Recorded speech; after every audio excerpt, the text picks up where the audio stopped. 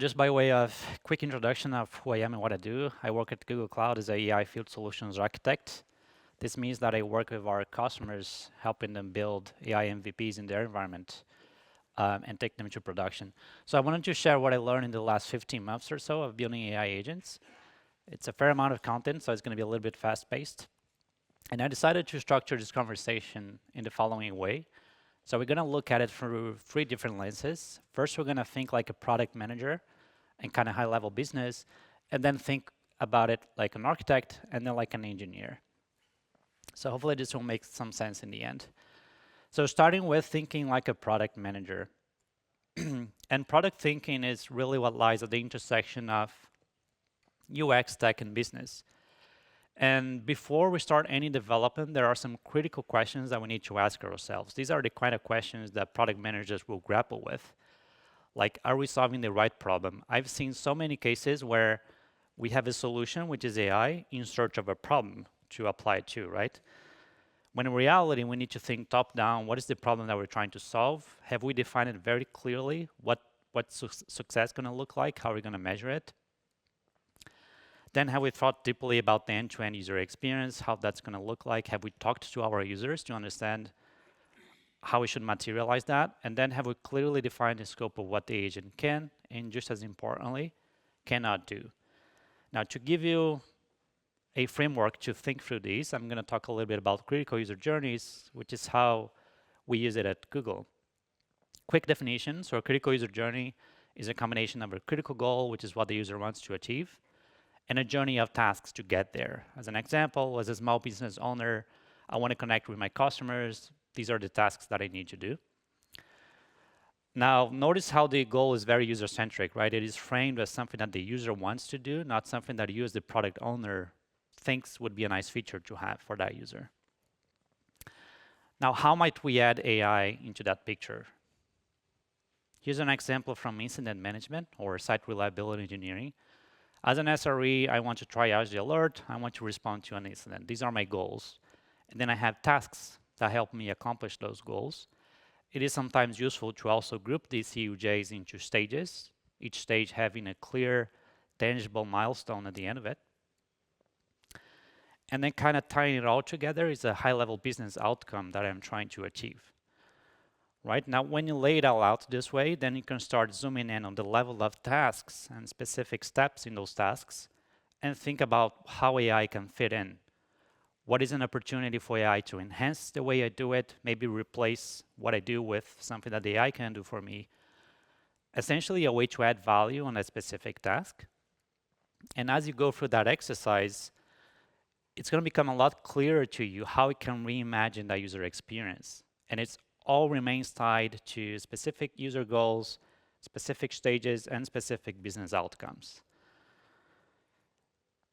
Which leads me to UX considerations. This is what we've been doing as an industry. We've taken existing non-AI enabled surfaces. We developed an AI panel with a chatbot. We slapped that onto the surface, and now we have an AI product. And an unfortunate side effect of that kind of thing happening over and over again is that we started to conflate AI with chat or AI chatbot. The word chatbot almost rolls off the tongue when you say AI, right? Which doesn't make sense because AI is a capability, chat is an interface out of many possible user interfaces. So here are a couple of UX tips for you. Number 1, recognize that AI is not chat. You have options. Think about what is the outcome from that AI intelligence. Is it one specific action that it needs to take on the platform and then it's done? Is it an omnipresent feature that kind of weaves into the user workflow? In my experience, by the way, those are the kind of user interfaces or experiences that tends to wall users the most. Or is it natural language to simplify an input, replace a complicated form with a natural language box, but there's no natural language response? And then there are other options as well, but the point is, think through this and don't just default to a chatbot. And also design for the whole journey, which may mean that you need to think about different altitude levels and different surfaces for different stages of the user journey. So this is an example from the Kanban feature in Gemini Code Assist, where when you are in that kind of project management phase, a Kanban UI or surface is the most appropriate because they want high visibility over tasks, right? And then at a task level, chat becomes useful because it can have a back and forth. The model can ask for clarifications and refinements. And at the implementation level, the code becomes your surface, and then you need to act there. Right. Finally, in terms of user feedback, thumbs up and down is obviously important and useful, but it's not the only kind of feedback that we can have. There are other kinds of explicit feedback, and very much underrated or underused are the implicit feedback, which are the user signals, the behavior. How long are they spending on your AI chatbot? How many turns on average? Are they clicking on the suggestions you provide? So these kind of signals are very powerful. Now let's switch hats to thinking like an architect. First of all, the basics still apply, right? The foundational pillars of the well-architected framework, solid principles of system design here, they still apply. Things like the 12-factor methodology for SaaS app development, which if you're not familiar, you should look that up. That all still applies. Here are a couple of new things that I think are useful in the context of designing agents. And the first advice here, I know it's very generic and sounds obvious, but I still see a lot of people defaulting to whatever the latest model is, or the number one on the LM arena, when in reality there are all of these different dimensions that you need to look at.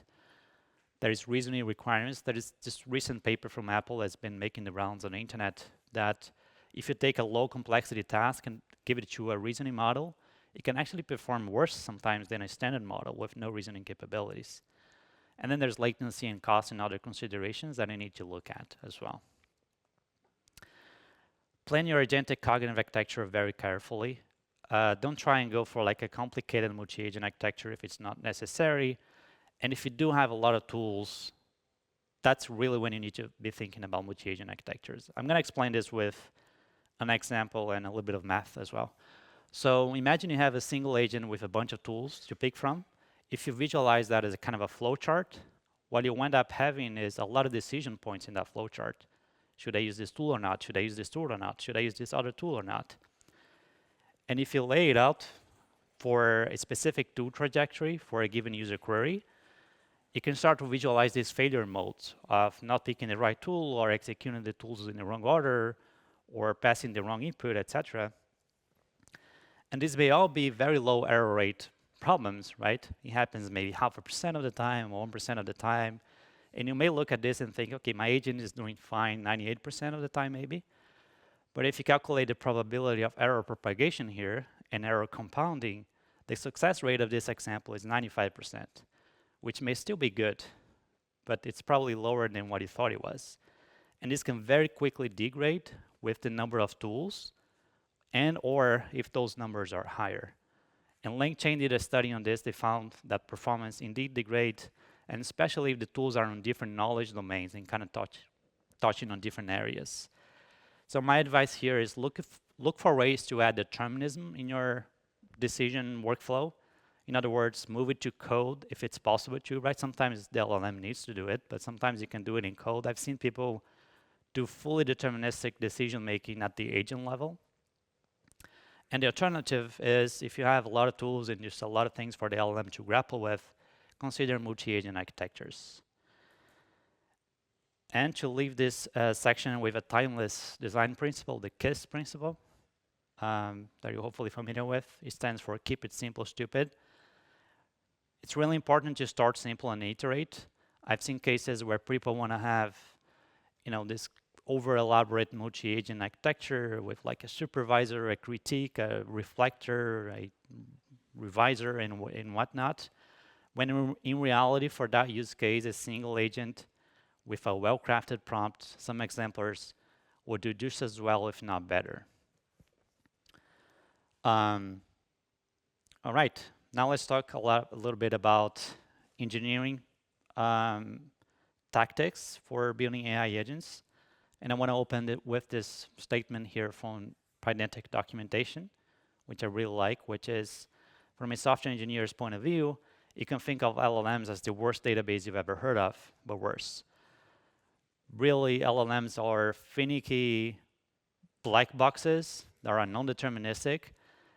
What that means for an engineer is that observability, monitoring, and evaluation and testing are extra critical, even more so than these things already were for traditional software development.